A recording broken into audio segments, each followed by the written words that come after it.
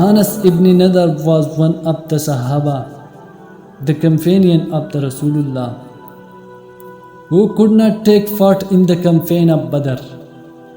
He very much regretted having missed the honor of participating in the first and the most important battle of Islam.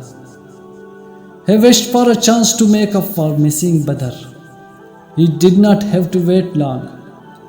The Battle of Uhud came about in the following year. He joined the army with great spirit. Despite heavy odds, the Muslims were gaining the upper hand until there was a misunderstanding and the Muslim had to suffer defeat. The Rasul had posted a band of 50 archers to guard a fast against the enemy cavalry. They had instruction not to move from their position till further order from him. But when they saw the Muslims gaining victory and the enemy fleeing, they left their position in the belief that the battle was over and it was time to chase the enemy and get the booty. The leader of the band tried his utmost to stop them by reminding them of Rasulullah's command and asked them to stay on, but no more than 10 persons would listen to him, arguing that the order given by the Rasulullah were only for the duration of the actual fight. The enemy cavalry then saw the unguarded force, made a quick movement, forced a passage through it, and attacked the Muslims from behind, who were busy collecting the booty.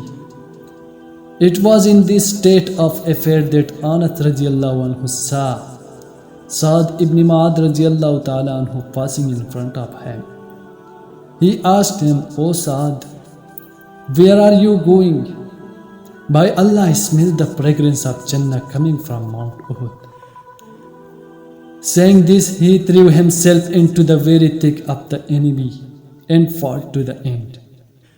After the battle, it was found that his body has been wounded and mutilated to such an extent that only his sister could identify him, and that too from the fingertips. No less than 80 wounds of arrows and swords were counted on his body. Those who strive in the path of Allah Ta'ala with sincerity and devotion taste the pleasure of Jannah, even in this world. And did so, Anas radiallahu anhu smelled the fragrance of Jannah in this world.